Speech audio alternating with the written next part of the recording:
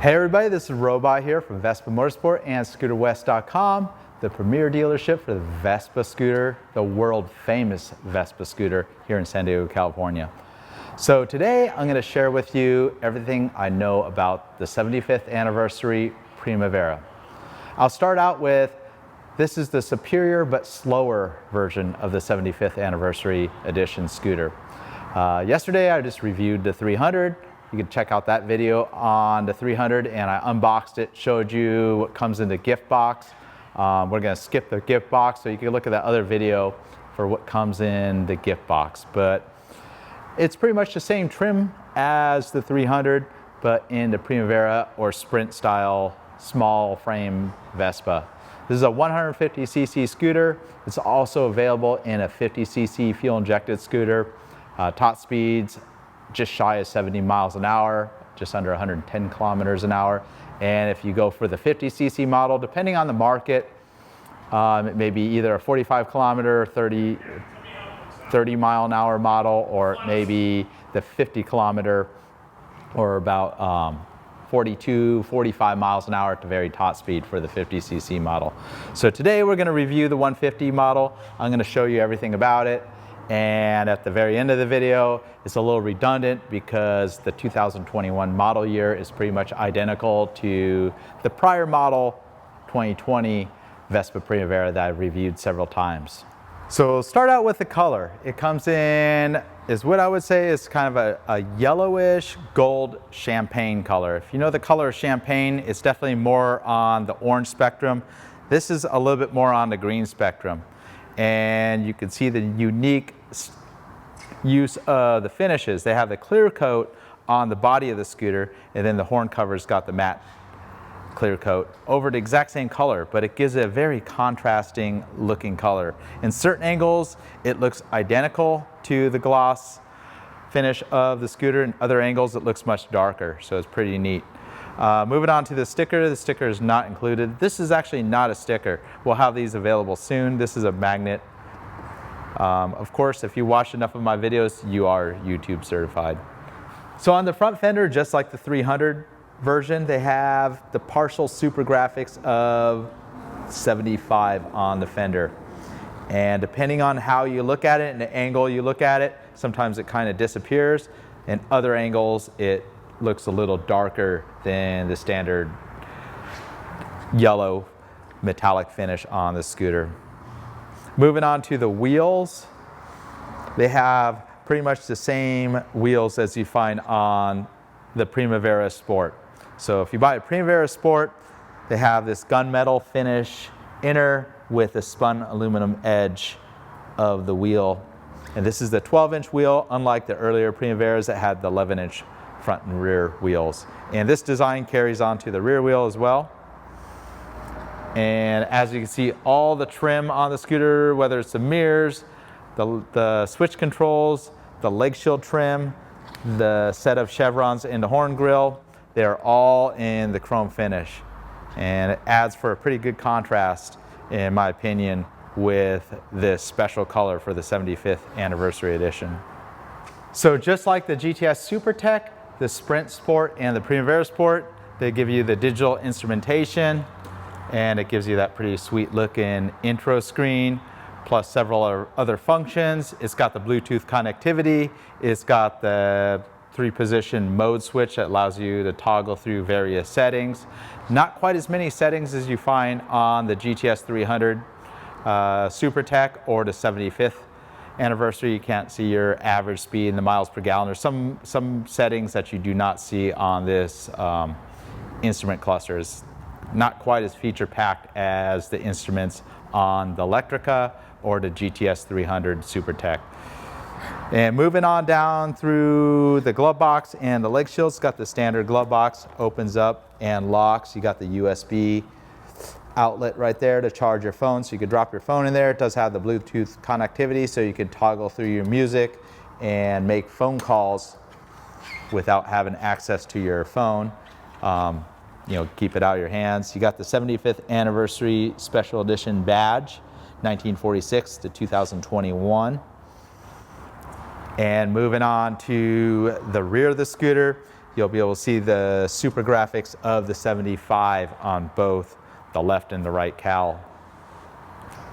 And again, depending on the angle and how you look at it, sometimes it disappears, sometimes it's very contrasty, and you can see the graphics kind of disappear into the clear coat of the scooter. So moving on to the seat, it's a very simple pattern, much like Vespas from the mid to late 40s all the way through the 50s, 60s. They didn't have sophisticated looking seats like the modern Vespas that typically they'll add pleats, different textures, different piping, different styles of vinyl, sometimes leather, sometimes Alcantara on the top, just depends on what trim. Vespa loves to change up the seats. I can't even count how many different seats they've done on the Primaveras, the Sprints, and the GTS over the years. It's been so many different variations, but it's a pretty nice simple seat, and just like any of the other 150cc models, they have an electronic actuator that pops the seat. The 50cc model will not have that. It's just a regular key that opens the seat. You got the generously sized under seat storage compartment. You have the gift box that I've reviewed in the 300 video. So look at the prior video to check out what's in this pretty fun gift box right here. You got the strap for the bag. If you're wondering what these straps are, this is both the rain cover and security straps for the rear bag. If you want to secure it better than just a simple strap to the rear rack, it's just this regular elastic one. There's these kind of set of tie downs that really snugs it up to the rack. And I'll show you one other thing that's included with the scooter is the owner's manual. It's pretty healthy and thick. The reason being it's in several different languages, but it's a unique color for the 75th anniversary edition. So let me go into more details of this special edition bag. If you're looking to purchase this bag separately, as of mid-June, I really don't have a part number for it. I have no idea what the price is, but if it's anything close to the 70th anniversary edition bag, that bag was very expensive. So it's just best to buy the scooter if you really like the bag. Maybe you could sell the scooter without it and put it on your own scooter, but that's kind of ridiculous and silly, but you certainly could. It's got Vespa, it's really, it's kind of heat stamped into the vinyl material. It's got the piping, and you have the same super graphics of the 75th on the outside. I do like this kind of diagonal pouch right here, and these look to be waterproof or water resistant zippers. They're really nice, and they got these little leather fobs that open up the zippers. It's built pretty nice. So let's see what you can do with this. So this is like a little storage area. You can put documents, papers, that sort of stuff. Ooh, I got a postcard for my up and coming ride. And if you're somewhere else, of course, organize your own parade day Vespa Club America ride on June 27th. So that, you can put your phone back here if you don't want to, have it up in the front. I don't know, you can put whatever. There's just happens to be these pockets, zips right up. Then you have the carry handle. If you take it off the rack, it slides right off. One other Easter egg of the bag that I share in the 300 video is this hot stamped graphics for the 75th anniversary badge right here. So we can pop it back onto the folding rack. Pretty handy. I don't know if I'd leave it out in a public place, having a nice bag like this, but it's nice and compact. You can certainly take it with you. So what would you do with a bag this size? You certainly can't fit your helmet. You could probably stuff your jacket in here, some clothing articles. You could put a small, like 12-inch notebook in there, notebook computer, that would be a tablet, something like that. But the best thing probably for it would be maybe you're going to have a picnic in the park, and of course you got to have some vino that's got a Vespa on it. Unfortunately, this isn't included with the scooter. It just happened to be a bottle that I have kicking around my service department. So the inside of the bag is kind of lined with this ballistic nylon material that's similar color to the scooter. It's got this extra pouch right here where you can put more documents or whatever, a map. And then there's this high security compartment. I wouldn't call it high security, but It's something that zips up and you can put some other flat articles like money in there. So if you attach the strap, it looks like it's adjustable, slides right off. And I'm not sure how often you want to do it, but I can use it as like a big man purse. So the base price of the standard Primavera is $53.49. That's the Primavera 150. The 150s, don't hold my word to it. I think they're a $2,000 less than the 150 model. If you're looking to get the 75th anniversary edition with the Primavera Sport package and the color, the special bag, you're looking to pay a $500 premium over the standard base price of the Primavera at $58.49 plus tax, title, and license and destination charge. So next, I'm going to go over the scooter starting from the front all the way to the back and talk about everything I know about it. If you're familiar with the Primavera, this might be just old information. If you're new to the Vespa lineup, I'll show you every single feature there is to be known about this scooter. So the Primavera 150 model was introduced to the North American market in 2015. 1 year prior, it was introduced as the Primavera 125 in Europe. Now that we're in 2021, it's had several updates to it. Starting with the headlight, it's a full LED headlight on it, works really good. It lasts the life of the scooter. You got the high beam, low beam, much like you'd find in an automobile or any other scooter. For the American market, they always add these pod turn signals. At scooterwest.com, we do have a kit that eliminates these pod turn signals and returns the functionality of the European turn signals. Fortunately, they leave these European turn signal lenses in place, mostly intact with the LED running lights. That looks really sharp. Moving on down here, you got your horn grille and you got the triple chevrons, which has been kind of a signature look of the Vespa for several years now. And underneath there, you got the little meeper for the horn. It's possible to upgrade your horn if you want a louder car-like sound to it. Moving on to the very unique front end setup of the Vespa. It's got a double piston caliper, same size brake pads as the GTS. They last quite a long time on these. They have plenty of stopping power, just a smaller brake rotor than the 300cc GTS model.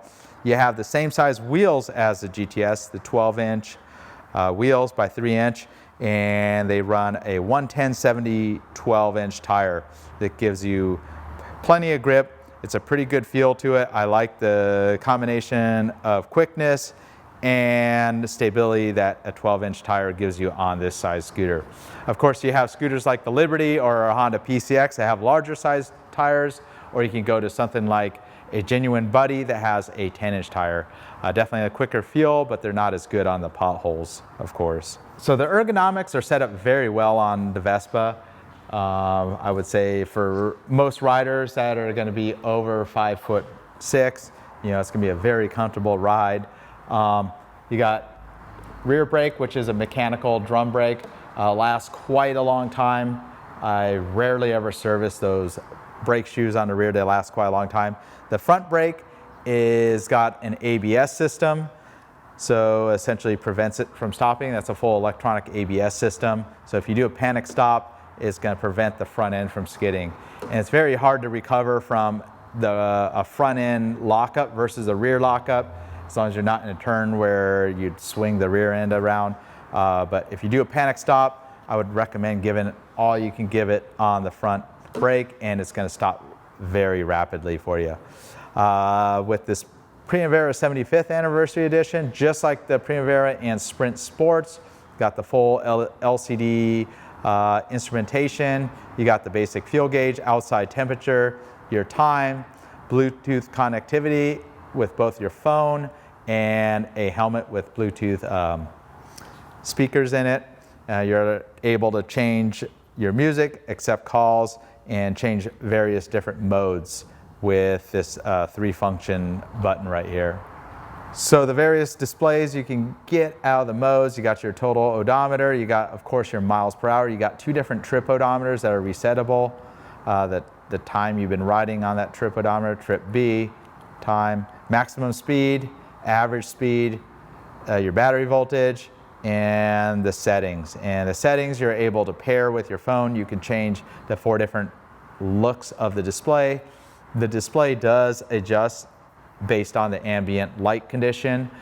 Being indoors, you can see it's kind of this dark look to it. If you're outdoors, it kind of almost goes to an inverse setting where it's much brighter.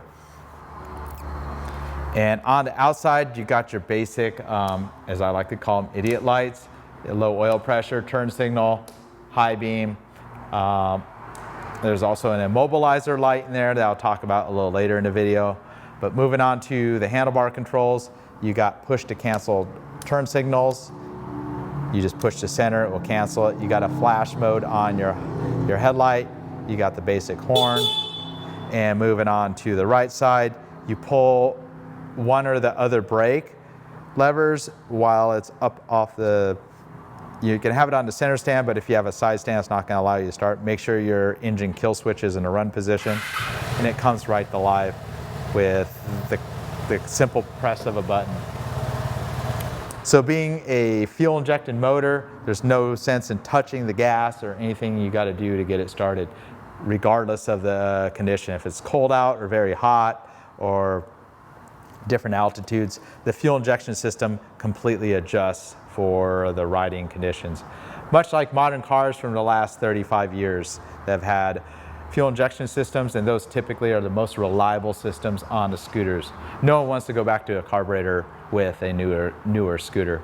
So as standard, the Vespa comes with a center stand, which is very stable, and it's good to service the rear tire. It's also very safe. If you rev the motor, it's not going to go off. There is an optional side stand, both available with a safety switch and without. We have those available on the Scooter West web store.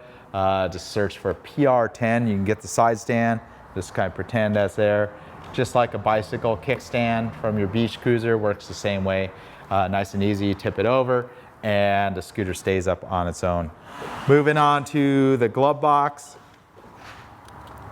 you have several positions of your key.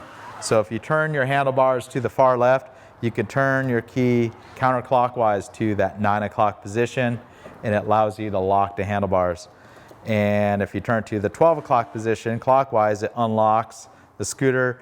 But at this point, both the glove box, the two storage compartments, the glove box and your seat are secure. You can pull the key out, wheel the scooter around, but no one can get access to your contents in the glove box and seat. Moving on to, with the key, you turn it to that 2 o'clock position. At this point, you can push the key in, open up the glove box, which reveals a small storage area for a wallet, mobile phone, and the USB charging jack. And on this other side, there's very limited storage. You could probably put your registration or documentation papers. There's also access to all the fuses for the electrical system of the scooter. And that easily closes. I like how you can ride the scooter if you put the ignition on. That's where you can start the scooter. You can easily open this up if you need to access your phone or, whatever contents you have in the glove box. So my height is about 5'8", and I find the Vespa Primavera and Sprint to be very comfortable, especially when comparing to many of the scooters out of Asia, which are generally engineered for a smaller statute person. I'm just kind of like a middle of the road, 50 percentile male, I guess, would be my size. Very comfortable. I mean, you can see my knees aren't up in the handlebars like you'd find on many other scooters or even smaller scooters. Very comfortable. The handlebars are in a very good position, and I'm kind of sitting very neutral on the seat. But you still have a roomy enough scooter that has room for a passenger. And if you sit in the passenger position, you'd be back here, and you got the integrated plastic foot pegs for your passenger. There are optional extendable foot pegs that give the passenger more security for their feet to rest, but if you're just looking to occasionally transport a passenger, these work just as well. So located in this center section right here of where the floorboard is on the Vespa, it's got the classic look of a Vespa. You got the triple stripes for the floorboard strips, very contrasty with the body color of the scooter. You got the rubber center mat, which used to be just a mat to put your foot in, but now it houses the battery, and that's a very good location for the battery because it's putting the weight of a battery kind of low, and it gives for a very good center of gravity. The more weight you put low on a two-wheel vehicle, the better it's going to handle. And the way the engine is engineered on a Vespa, all the weight is very low and laid down. So once you get the hang of using a center stand, it's very easy to use. You just give it kind of a 45-degree kick towards the rear, and the scooter magically comes up onto the stand. At this point, you can see the rear tire will turn. And if you're wondering what this cover is on the left, that's your belt cover. These have a fully automatic CVT, constant velocity transmission, with a centrifugal clutch. So essentially the scooter's in neutral when it's at idle, and when you roll on the gas, it starts to engage the automatic clutch, and therefore the transmission starts to engage. And since the transmission's constantly variable based on your throttle input, it gives you the appropriate amount of power to the rear wheel depending on how much throttle input, and adjusts the gear ratio accordingly for the best performance and efficiency. Of course, if you're into performance, there's plenty of tunability in that transmission if that's something you want to do. So moving up to the seat on the Primavera 150, there's two ways to open the seat. You either have the button that's located right next to the key, or you can just walk up to the scooter with the key fob that's been paired to the scooter, and you hold the button and it will pop the seat. So underneath the seat, you have a basic toolkit. Gives you the tools to remove the spark plug, remove the battery if needed, and adjust the rear adjustable shock. It's got an adjustable preload with 4 different positions. No other adjustability on the shock, but they do give you that means to adjust it. You may want to turn it up if you're a heavier rider or riding 2-up frequently on it, but the standard setting usually is good. If you're wondering what this little pocket is, you can shove a really small rain jacket in there, or you can purchase the optional rain cover for the seat, and it will stuff right in there, kind of like a sleeping bag. The seats on the Primavera are very nice. They have this perfectly balanced spring that allows the seat to kind of effortlessly pull up and stay up, and doesn't take much effort to drop back down. So it supports the weight of the seat. That's something that's not found on the Vespa GTS, which is a higher end model. I've always liked the simplicity of having a spring.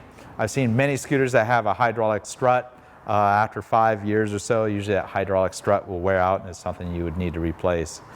So underneath the seat, you have a generous storage compartment for a helmet. You can easily fit a 3/4 size helmet or a smaller full face helmet. They do have this nice little carpet in here, kind of give it that soft touch material inside this plastic bucket right here. You can see some various labels and warnings, and in your document pouch that would have your owner's manual and the 2-year warranty manual. You know, you could get it stamped with your service records as well. These do have a factory 2-year warranty with the option to extend it to 4 years. Is your master key. And you wonder about this key. There's a little flip out tab. Is what this is, there's a immobilizer chip. I've seen Vespas stolen, but they're never ridden away unless somebody has the key with the chip in it. We have the means at the dealership to duplicate the keys. They're pretty inexpensive, unlike some of the key fobs found on modern automobiles. But both the standard black key that's included in ignition and this master key are both chipped. And I have videos covering how to duplicate your own keys on your own with the aid of this master key. So the bucket lifts out to reveal easy access and serviceability to the engine. You have the air intake that breathes from underneath the seat. It's a very well engineered design. The air filters last quite a long time versus many other scooters that pull the air pretty much right next to your rear tire where you're kicking up road dust and stuff. I've always liked how these are engineered where they pull the air just like the vintage Vespas from underneath the seat. What you can see under here is a 150cc 4-stroke engine, so there's no mixing the oil. It operates just pretty much like a car engine, whereas you do routine oil changes pretty much at 625 miles, and then thereafter every 6,000 miles, you're going to do a standard service on the scooter as outlined in the owner's manual. A fully fuel injected motor on these are very reliable. They have a high pressure pump, a fuel injector. You got the mechanical throttle cables and throttle body, electric start. Very clean how they have this engineered. It works very well, and we rarely ever see problems with this engine platform. If you're wondering how the motor performs, 0-60s, I would say about 12 seconds. You know, it's pretty quick, the 0 to 30, but to get up to 60, you know, close to top speed, it's going to take you a little bit of time. Pretty much there's no replacement for displacement. If you need to speed, my recommendation is just upgrade to the larger, heavier scooter that has more speed, better brakes, and more weight to kind of add to the stability at higher speeds. But if you're looking for something in town that's still very, very zippy, this is the perfect weapon for being in an urban environment, and it performs much better in the 50 if you do need to hop on like secondary roads that are higher speed. I routinely hop on the highway for an exit or two with my own personal Sprint 150. They'll easily just maintain 60 or 65 miles an hour all day long and be content doing it. Maybe on a downhill, you can even hit 70 miles an hour on these. They perform very well, and when compared to other scooters in this class, they're at the top of their range in performance. And I've found most of the time Italian stuff, for the same CC class, they tend to squeeze a little bit more performance than some of the other scooters in that same CC class. And of course, if you're a hot rod head, there's a 187cc cylinder kit that's higher compression, a tool to remap the fuel injection, transmission upgrades, mufflers. There's plenty to upgrade these. You can make these things wheelie. You can make them sustained freeway speeds like my own personal scooter. Pretty good path to upgrade them. Tons and tons of accessories for the Vespa, whether you're looking for bolt-on chrome crash guards, rear top case, windshields, or performance accessories. We got you covered at scooterwest.com. Just check us out on the web. You can look, pretty much select your scooter and see all the accessories that fit your scooter on our website. So moving on to the fuel tank, these Primavera 150s get pretty exceptional fuel economy. Typically, you're going to always get over 75 miles per gallon. The capacity of the tank, I think, is about 10 liters. It might be 12 liters, which comes into just over 2 gallons. The reserve capacity is very generous, so when the light comes on the dash, you pretty much have at least 50 miles to go until it runs dry. Typical range on one of these scooters, you're not going to quite get 200, but you're definitely always going to get over 150 miles of range on the standard tank that's in this scooter. They have the latch. When you close up the seat, just latches right up, and with electronic actuator, it's very convenient. There's no sticking a key or twisting some mechanical latch to pop your seat open. It's very easy to open up just by clicking the actuator, and it opens effortlessly and closes right back up. With this Primavera 75th Anniversary Edition, they upgraded from just a standard grab rail. So all Primaveras and Sprints have a standard grab rail, makes it very easy to move it around. You have the rear folding rack. So if you remove the bag, you can either use bungee cords, or you could buy a specific mounting kit that will fix this rack down. Now moving on to the lights of the scooter in the tail end. It's got that signature Vespa look, very streamlined, an all metal body. It's something that's not found on many other scooters. Completely metal. It's a monocoque body, so the whole thing is very stable. It's very quiet. You know, not having plastic panels that rattle. They just have a very luxurious feel to them, unlike any scooter in the same class. I mean, they're in a class of its own. And if you're looking for the ultimate in luxurious rides for a 150cc scooter, the 946 rides like nothing else. Of course, you pay a very high premium for that scooter. The lights look very good on this. It's got a full LED taillight. These dead lenses, the sockets and the bulbs are already here, so it is possible to wire these either as turn signals or extra stop or tail lights. But for the American market, they add these little pod turn signals that are just standard incandescent affair.